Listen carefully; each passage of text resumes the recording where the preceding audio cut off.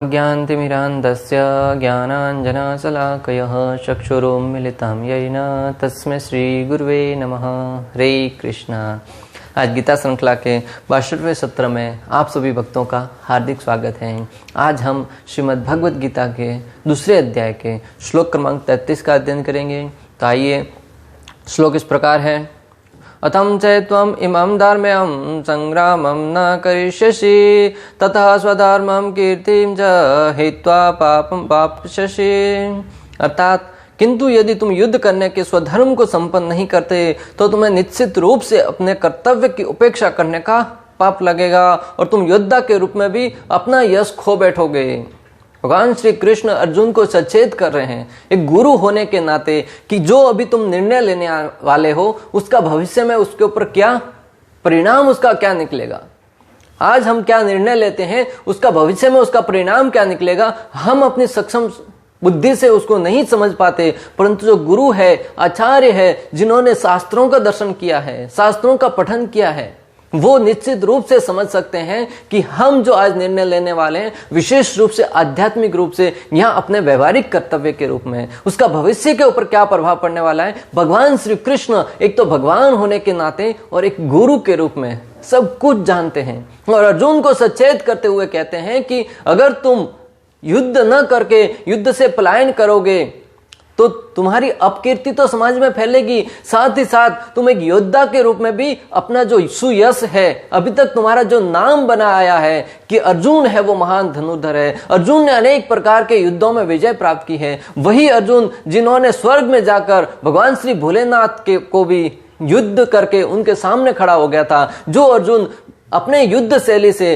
स्वयं इंद्रदेव को प्रसन्न करके आया है, जो इंद्रदेव आज तक किसी भी युद्ध में पराजित नहीं हुआ है, जो अर्जुन आज तक कभी भी पराजित नहीं हुआ है, वो अर्जुन आज युद्ध क्षेत्र से पलायन करके भाग रहा है।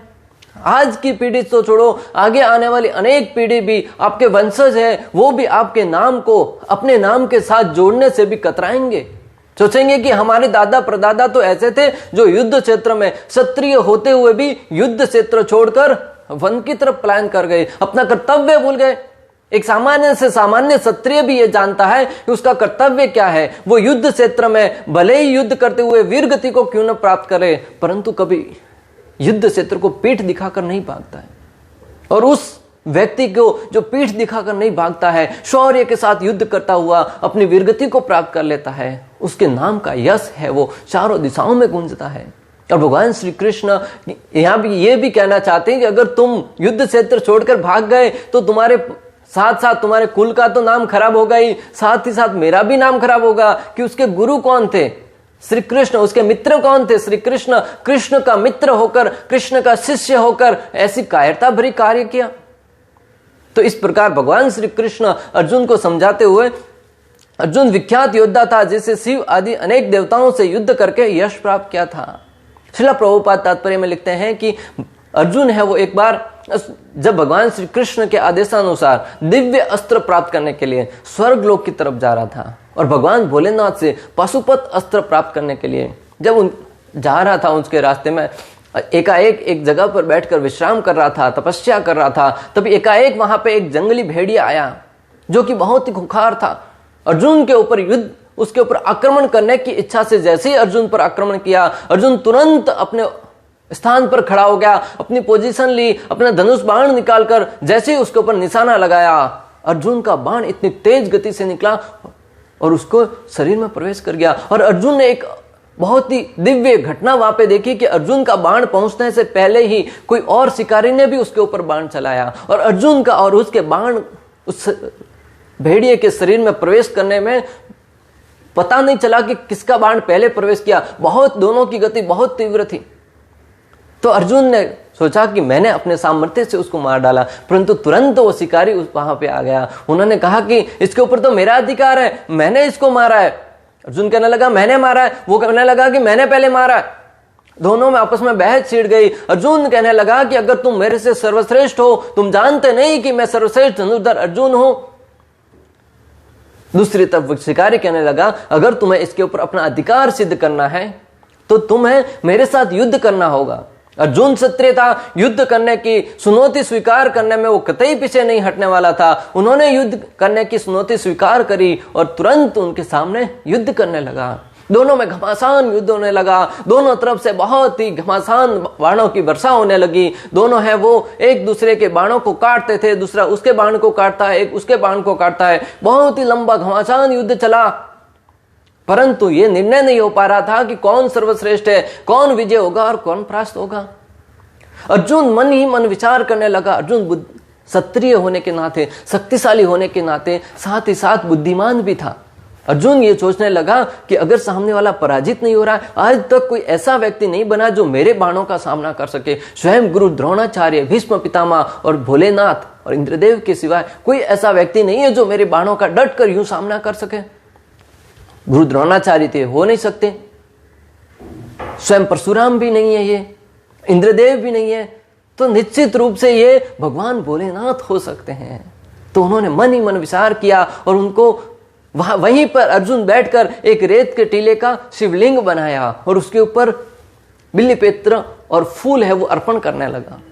जैसे ही उन्होंने उस शिवलिंग के ऊपर फूल है वो अर्पित किए, उसने देखा कि वो शिकारी के ऊपर फूल है वो गिरते हुए प्रतीत हुए। तब अर्जुन समझ गया कि वो शिकारी कोई और नहीं, स्वयं भोलेनाथ थे, जो एक शिकारी का वेश धारण करके वहां पे अर्जुन के समक्ष आए हुए थे। भक्तों, यहाँ पे बहुत ही सुंदर शिक्षा प्राप्त हो रही है कि जो ये प्रश्न उठाते हैं जो लोग कि शिव जी के ऊपर दूध चढ़ाने से, शिवलिंग के ऊपर अनेक प्रकार से फल सामग्री है या बहुत ही महंगी महंगी स्वादिष्ट फलों का जूस चढ़ाने से क्या भगवान भोलेनाथ को प्राप्त होता? यहाँ पे दूध चढ़ाते हैं, वो गंदी नाली में बह जाता है और उधर देखते हैं कि गरीब है वो भूखे मरने लगते हैं। भक्तों, समझने वाली बात है कि अर्जुन है वो शिवलिंग के ऊपर फूल चढ़ा रहा है और स्वयं भोलेनाथ के ऊपर वो फूलों की बारिश हो रही है। तो हमें समझना होगा कि अगर आप भक्ति भाव से, श्रद्धा भाव से शिवलिंग के ऊपर जल चढ़ाते हैं, दूध चढ़ाते हैं, फलों का रस चढ़ाते हैं या कुछ मेवा चढ़ाते हैं, निश्चित रूप से भगवान भोलेनाथ का उससे अभिषेक होता है। और भगवान भोलेनाथ का अभिषेक करना, उनके ऊपर दूध चढ़ाना और गरीबों को दोनों साथ कर जोड़ना, ये सही नहीं है। भक्तों, अगर आपकी इच्छा है कि गरीबों को भोजन खिलाया जाए तो खिलाइए, कौन मना कर रहा है? शिव जी कब आके मना करते हैं? परंतु आप ये सोचते हैं कि मैं शिवलिंग के ऊपर दूध नहीं चढ़ाऊंगा और गरीबों को भोजन दूंगा। और करता भी कौन है? अगर शिवलिंग के ऊपर दूध नहीं चढ़ाएगा तो वो क्या व्यक्ति उस पैसे का दूध गरीबों को पिलाता है? कतई नहीं पिलाता। मात्र और मात्र अपने ध्येय की पूर्ति के लिए या कोई ऐसी पिक्चर बना देते हैं जिससे उसको धन कमा सकें। जो पिक्चर में ऐसा दिखाया जाता है, जो मूवी में ऐसा दिखाया जाता है कि शिवलिंग के ऊपर जल चढ़ाने से गरीब भूखा मरते हैं, मैं आपसे पूछता हूं, क्या उस मूवी में उन्होंने सैकड़ों करोड़ रुपया कमाए होंगे? उसमें से कितना पैसा उन्होंने गरीबों को भोजन खिलाने में लगाया? उसका 70%, 50%, 10%, शायद 0%, एक भी रुपया उन्होंने गरीब को भोजन खिलाने में नहीं लगाया। फिर उनको क्या अधिकार बनता है कि वो ऐसे प्रश्न उठाए? मात्र और मात्र दूसरों के धर्म का, श्रद्धा का व्यापार बनाकर अपनी मूवी है वो चलाने का प्रयास करें। उनका समाज से बहिष्कार होना चाहिए। मैं आपको जो यहाँ पे बताना चाह रहा हूं कि भगवान श्री कृष्ण अर्जुन को, जो अर्जुन शिवजी से युद्ध करके शिवजी को भी प्रसन्न कर लिया, ऐसा घमासान युद्ध किया और शिवजी ने प्रसन्न होकर उन्हें पशुपत अस्त्र प्रदान किया, वो अर्जुन आज युद्ध से पलायन करके भागने के बारे में विचार कर रहा है। तो निश्चित रूप से अर्जुन की कायरता का बखान है वो आने वाली पीढ़ियां हैं वो करेगी। शिकारी के वेश में शिवजी से युद्ध करने तथा उन्हें प्रसन्न करके वर के रूप में पशुपत अस्त्र प्राप्त किया। क्षत्रिय के लिए अपमान मृत्यु के बराबर है। क्षत्रिय है, उनका अपमान है वो मृत्यु के बराबर है। क्षत्रिय को वीर गति प्राप्त कर लेगा, बड़े सम्मान की बात है, परंतु अगर क्षत्रिय का अपमान किया जाए ना, वो भी उनका मृत्यु के बराबर है। महाभारत की घटना भक्तों, युधिष्ठिर महाराज एक बार युद्ध में उनको कुछ सती हो गई, कुछ घायल हो गए, युद्ध से अपने शिविर कक्ष में आ गए। अर्जुन को जैसे ही मालूम पड़ा कि युधिष्ठिर महाराज को क्षति हुई है, उनको कुछ शारीरिक रूप से क्षति हुई है, तो वो विश्राम घर में गए हैं। अर्जुन को चिंता सताने लगी कि युधिष्ठिर महाराज को क्या लगा होगा। स्वाभाविक है, अपने भाई के प्रति उनका प्रेम ही इतना था कि उनकी इस बारे में ये बात सुनकर कि युधिष्ठिर महाराज घायल हुए हैं, वो अपने आप को रोक नहीं पाया। युद्ध क्षेत्र से तुरंत हालचाल पूछने के लिए, तुरंत ये पता करने के लिए वहां पे शिविर में चला गया कि कितना लगा है। आज भी स्वाभाविक है, कोई भी भाई अपने भाई के प्रति जब कुछ हानि होती है, जब उसको कुछ लगता है, तो स्वाभाविक उसके अंदर प्रेमवश उसके प्रति सहानुभूति होती है और वो हालचाल पूछने के लिए उनके पास जाता है। अर्जुन भी इस इच्छा से उनके पास आया तो युधिष्ठिर महाराज ने देखा कि अर्जुन युद्ध छोड़कर आया है। उन्होंने तुरंत कह दिया कि अरे अर्जुन, मैंने तो सुना था कि तुम बड़ा धनुर्धर है, क्या तुम्हारे गांडीव में वो शक्ति नहीं रही कि तुम यहाँ पे आ गए हो और युद्ध छोड़ के आए हो? अर्जुन ने प्रण लिया हुआ था, अगर कोई मेरे गांडीव का अपमान करेगा तो मैं या तो अग्नि में प्रवेश करूंगा या सामने वाले को मृत्यु दंड दूंगा। तब यहाँ पे ठहरे बड़े भाई युधिष्ठिर महाराज तुरंत ही अर्जुन है वो अग्नि में प्रवेश करने की तैयारी करने लगा। तब भगवान ने उनको निर्देश देते हुए कहा कि क्षत्रिय के लिए अपमान है वो मृत्यु के बराबर है, तो तुम युधिष्ठिर महाराज का अपमान कर लो। उन्होंने अपने व्यंग्यात्मक शब्दों के द्वारा युधिष्ठिर महाराज का अपमान किया और वो जो उनकी प्रतिज्ञा थी वो भी पूर्ण हो गई और युधिष्ठिर महाराज का और अर्जुन का जो शरीर था वो भी बच गया। मैं आपको जो यहाँ पे बताना चाह रहा हूं कि क्षत्रिय है उसके लिए जो अपमान है वो मृत्यु बराबर है।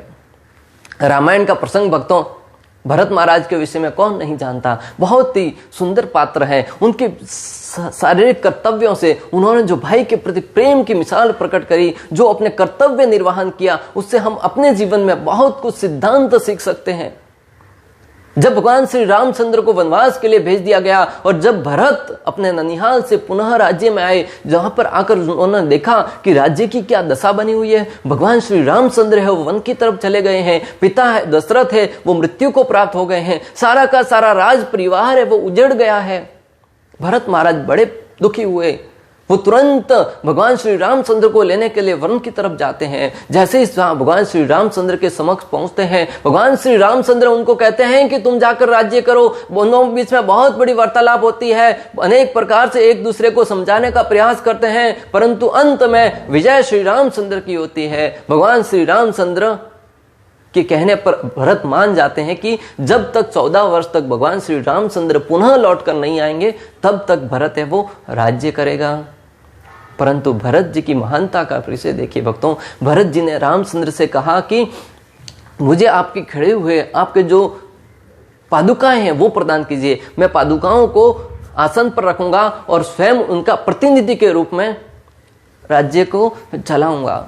पादुकाएं लेके आकर भरत जी ने उनको वहां पर रखा और स्वयं पृथ्वी के, उन्होंने सोचा कि मेरे प्रभु श्री रामचंद्र पृथ्वी पर सोते हैं तो मुझे पृथ्वी पर सोने का अधिकार नहीं है। वो पृथ्वी से नीचे खड्डा करके अंदर जमीन के अंदर सोने लगे। मैं आपको जो यहाँ पे बताना चाह रहा हूं कि भरत जी ने राज सिंहासन नहीं अपनाया। आज की तारीख में भाई भाई से अपना राज सिंहासन लूटने के लिए हमेशा तत्पर रहता है, अनेक प्रकार के षड्यंत्र रचता है कि किस प्रकार भाई से मैं अपनी सत्ता हथिया लूं, अपने पिता से अपनी सत्ता है वो हथिया लूं। छोटे से धन के टुकड़े के लिए भाई भाई का वध कर देता है, छोटे से जमीन के टुकड़े के लिए भाई भाई का वध कर देता है। परंतु भगवान श्री रामचंद्र के छोटे भाई भरत जी ने यह मिसाल पेश करी कि अगर मैं राज सिंहासन पर बैठूंगा तो समाज है वो मेरा उपहास उड़ाएगा, मेरे निंदा करेगा कि भरत ने अब राज सिंहासन पर बैठने के लिए राम जी को वनवास दिया।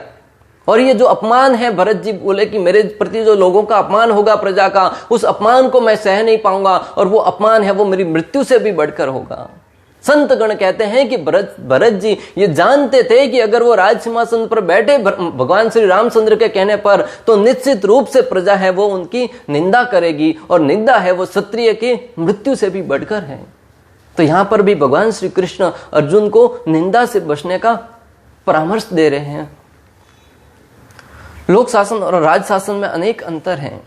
पहले राज शासन होता था, आज लोक शासन है, जिसमें प्रजातंत्र कहा जाता है कि आज प्रजा चाहती है वो होता है। परंतु वास्तव में ऐसा होता है क्या? दोनों में अंतर क्या है? तुलनात्मक दृष्टि से समझने का प्रयास करेंगे कि आज की न्याय की व्यवस्था किस प्रकार है और लोक शासन में न्याय की व्यवस्था किस प्रकार थी। प्रहलाद महाराज का दृष्टांत आता है भक्तों। एक बार प्रहलाद महाराज अपने राज्य में बैठे हुए थे, राज कार्यों को निपटा रहे थे, तभी दो स्त्रियां वहां पर आती हैं और दोनों हाथ में उनके पास एक बालक होता है। दोनों उस बालक पर अपना अधिकार बताते हुए कहती हैं कि एक कहती है कि मेरा बालक है, दूसरी कहती है कि मेरा बालक है।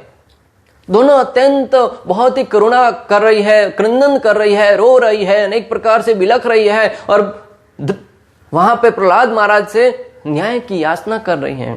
प्रहलाद महाराज देखकर विचलित हो गए कि वास्तव में इसकी माता कौन है, इसका ठीक ठीक पता लगाना समझ में नहीं आ रहा, किस प्रकार पता लगाया जाए। दोनों माताएं तो रो रही है, दोनों के अंदर वही तो वेदना दिख रही है, दोनों के अंदर वही तो क्रंदन दिख रहा है। प्रहलाद महाराज ने कुछ समय तक प्रतीक्षा करने के उपरांत कहा कि इन्हें राजमाता के पास भेज दो। राजमाता ने सोचा कि अगर किसी का पुत्र है तो उसको दूध पिलाने से मालूम पड़ जाएगा कि ये किसका पुत्र है। दोनों स्त्रियों को बारी बारी से दूध पिलाने के लिए दिया, दोनों का दूध पीकर बच्चा है वो शांत हो गया। तो फिर एक संकट खड़ा हो गया कि अभी इसको जाने कैसे कि वास्तविक माता कौन है। अगर वही को केस आज की तारीख में होता तो अनेक प्रकार के गवाह लाकर, अनेक प्रकार से धन रुपया पैसा देकर उनको नतीजे को किसी भी तरह ढाला जा सकता था, परंतु प्रहलाद महाराज वो धर्म संकट में पड़ गए कि इसका निर्णय कैसे किया जाए। एक दिन का समय बीता, दूसरे दिन पुनः वहां पे एक दिन राजमाता के संरक्षण में उन दोनों माताओं को बच्चे के साथ रखा। दूसरे दिन राज दरबार लगा, दोनों माताएं वहां पे पहुंच गई। तब प्रहलाद महाराज ने कहा, प्रहलाद महाराज बहुत विवेकवान थे, राजा होने के साथ साथ बहुत भगवान के बहुत बड़े भक्त भी थे और बहुत बड़े बुद्धिमान भी थे, क्योंकि जो भक्ति करता है उसके सारे के सारे इस दुनिया के गुण हैं वो स्वतः ही उसके अंदर प्रवेश कर जाते हैं और भगवान भी प्रेरणा देते हैं। भगवान श्री कृष्ण कहते भी हैं, तेसाम सतत युक्तानाम भजताम प्रीतिपूर्वकम ददामि बुद्धि योगम तम येन माम उपयान्ति। जो प्रेम पूर्वक मेरा भजन करता है मैं उसे बुद्धि प्रदान कर देता हूं, मैं उसे ज्ञान प्रदान करता हूं, जिस ज्ञान के आधार पर, जिस विवेक के आधार पर वो अपने जीवन में अनेक प्रकार के निर्णय ले सके। आज हम देखते भी हैं कि ऐसे अनेक संत गण हैं, ऐसे महात्मा गण हैं जो भक्ति के द्वारा इतना शक्ति प्राप्त करते हैं कि वो अपनी बुद्धि से, अपने स्तर से कई गुना अधिक कार्य करते हैं। अगर आप भी अपने क्षेत्र में सर्वश्रेष्ठ स्थान प्राप्त करना चाहते हैं, सर्वोच्च पद पर प्राप्त करना चाहते हैं, अपनी ज्ञान की शक्ति को बढ़ाना चाहते हैं, अपने विवेक के शील को बढ़ाना चाहते हैं, तो भक्ति का रास्ता अपनाइए। भगवान श्री हरि की भक्ति प्रेम पूर्वक कीजिएगा, प्रेम के साथ, प्रीति पूर्वकम, मात्र और मात्र नाम जपने के लिए नहीं, प्रीति पूर्वकम, प्रेम के साथ भगवान का भजन कीजिए। प्रहलाद महाराज ने विवेक से वहां पे निर्णय लिया कि आज मैं इस नतीजे तक पहुंचा हूं कि दोनों माताएं रो रही है कि उसका बच्चा है, ठीक से मालूम नहीं पड़ रहा है। एक काम कीजिए, इस बच्चे को यहां पे रखिए, तलवार लाइए, उस तलवार से बच्चे के 2 टुकड़े किए जाएंगे और दोनों माताओं को एक एक टुकड़ा प्रदान किया जाएगा।